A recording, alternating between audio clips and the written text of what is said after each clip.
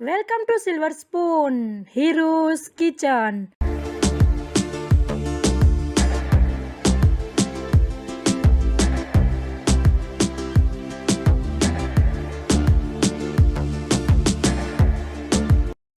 Hello friends, કેમ છો બધા?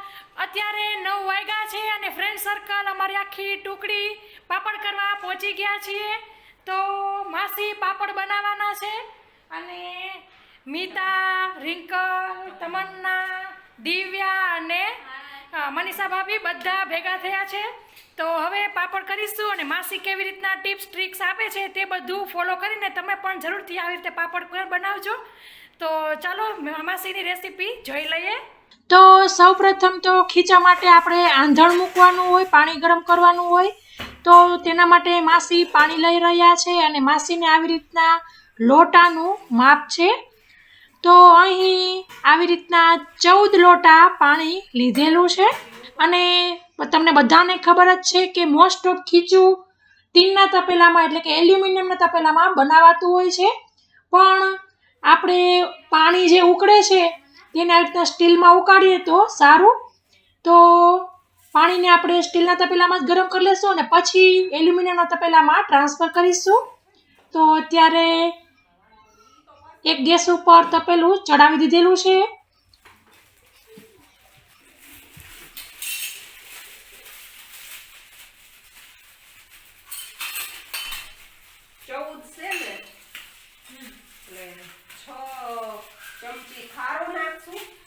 અને 7 ચમચી નિમક.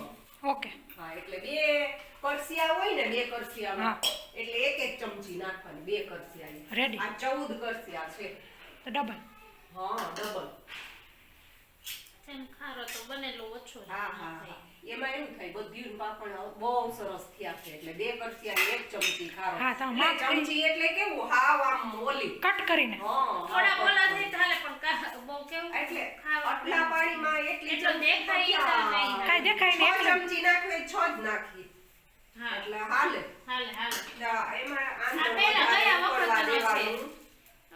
છે. આંધણ વધારે ઉકળવા દેવાનું.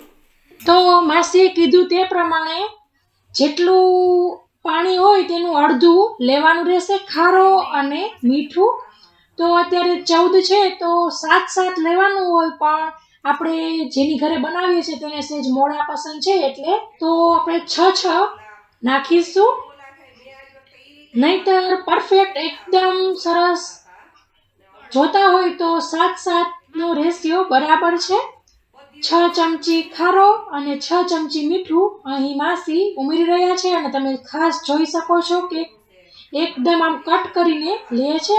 આમ ઉપર ઢગલી હોય એવી રીતના નથી લેતા. 8 આપણે કરસિયા પાણી મૂકીએ ને તો 4 કરસી અને નિમક બસ ઈ પ્રમાણે કામ થોડુંક જ નાખવાનું ને બહુ વધારે બાફવા દેવાની અને વધારે આમ એકદમ પાણી ઉકળવા દેવાનું.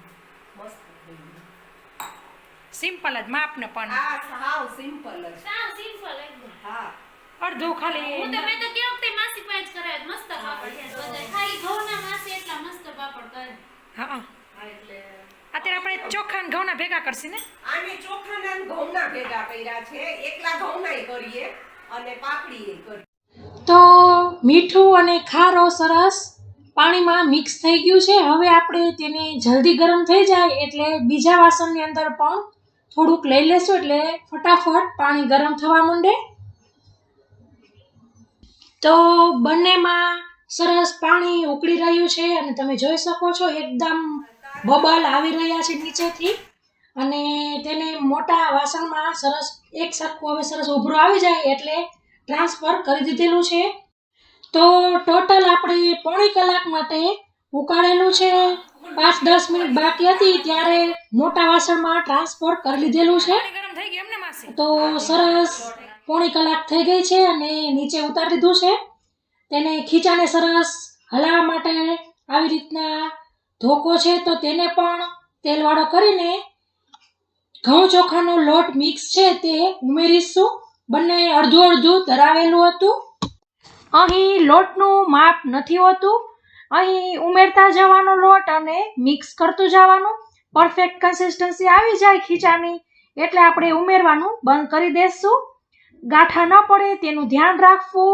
અને સાથે અહીં જે દળાવેલો મિક્સ લોટ છે તે ટોટલ 2 કિલો લોટ છે.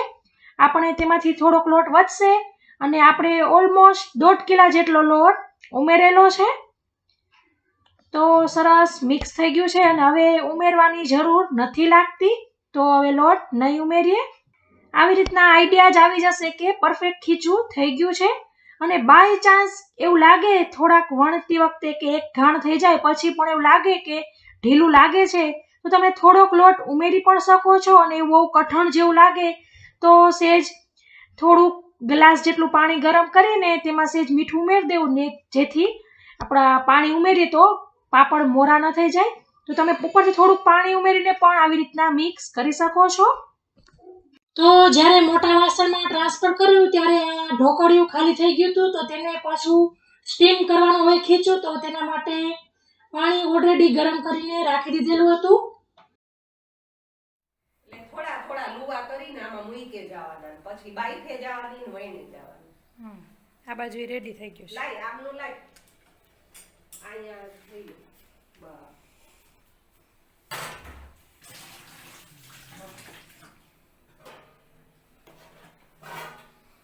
કલર કેવો સરસ, થોડી પેલા બાફવાની એટલે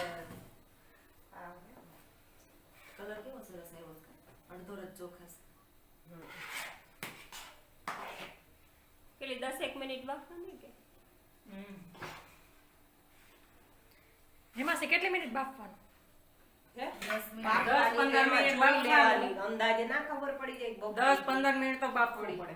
એમ તો બાફે એટલે આમ સરસ પીળાશ ઉપર આવી જાય ને ત્યાં સુધી રેડી. સાથે આપણે જે ખીચું ઓલરેડી બની ગયું છે તેને પણ ઢાંકી દેવું. તો પહેલી બેચ સરસ બફાય છે ત્યાં સુધીમાં આવી રીતના બધું રેડી કરવાનું રહેશે. જેમાં આપણે પાપડ સૂકવવા છે તે, સાથે જેમાં આપણે પાટલા વણવા છે અથવા તો દાબવા છે તે સંચા, પાટલા, તેલની વાટકી, સાથે જેમાં આપણે દાબવા હોય અથવા વણવા હોય તો મોટી સરસ જાડી પોલિથીન બેગ હોય તો તેમાં સરસ પાપડ ચોટશે નહીં, તો તે બધું સરસ કટિંગ કરીને રેડી રાખવું. સાથે થોડા ઘઉં પણ લેવાના રહેશે. તે શું કામ લેવાના છે તે હમણાં દિવ્યાને પૂછીએ.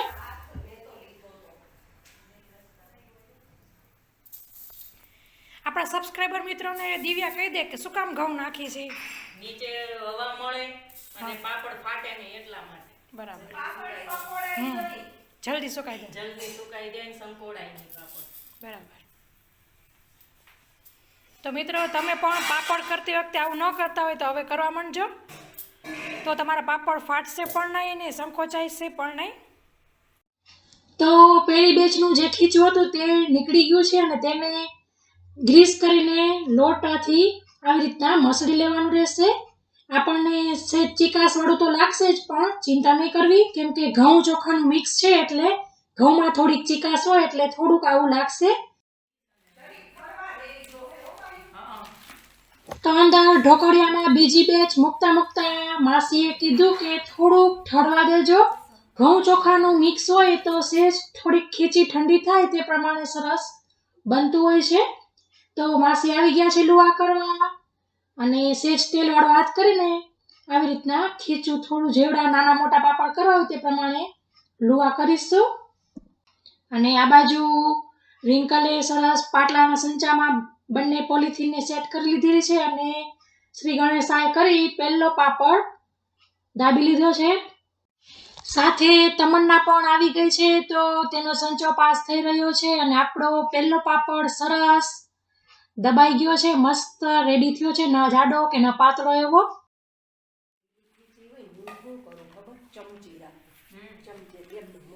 બરાબર. રેડી. એકલા હોય તો થઈ જાય ફટાફટ.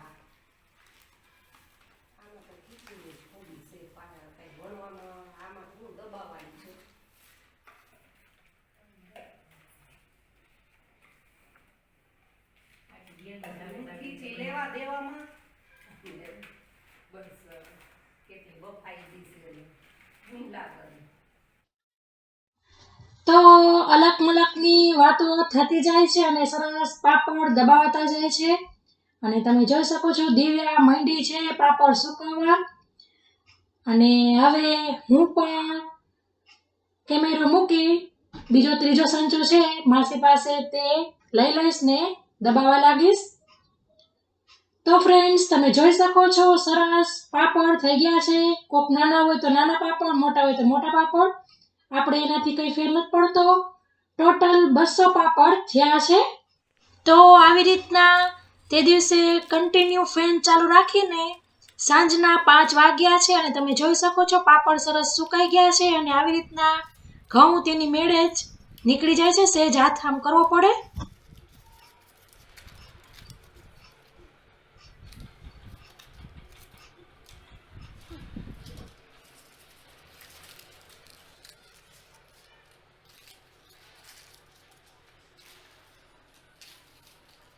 તો ફ્રેન્ડ્સ એક દિવસ થઈ ગયો છે અને તમે જોઈ શકો છો પાપડ એકદમ સરસ સુકાઈ ગયા છે અને હવે તેને આ રીતના ભેગા કરીને તડકે સરસ તપાવી લેવાના.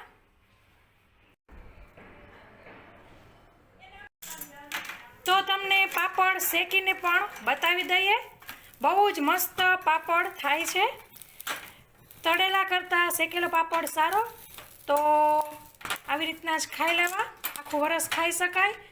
અને બાય ચાન્સ તમારે તળવા હોય તો તમે તળી પણ શકો છો. તો તમે જોઈ શકો છો મસ્ત ગરમા ગરમ આપણો પાપડ રેડી છે.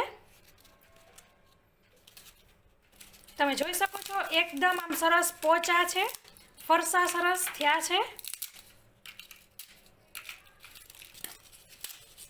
અને તમે આમ કરશો તો પણ સરસ થઈ જશે. તો ફ્રેન્ડ્સ આશા રાખું છું કે તમને માસીની રીત જરૂરથી પસંદ આવી હશે. પસંદ આવી હોય તો લાઈક કરજો, તમારા પરિવાર મિત્રોમાં શેર કરજો. અને આ ફ્રેન્ડ્સ તમે મારી ચેનલ ઉપર નવા હોય અથવા તો હજી સુધી મારી ચેનલ સબસ્ક્રાઇબ ન કરી હોય તો જરૂરથી સબસ્ક્રાઇબ કરજો આવી નવી સરસ અવનવી રેસીપી માટે. તો ફ્રેન્ડ્સ ફરીથી મળીશું એક નવી રેસીપી સાથે. ત્યાં સુધી આવજો. Thank you. બાય. જય શ્રી કૃષ્ણ.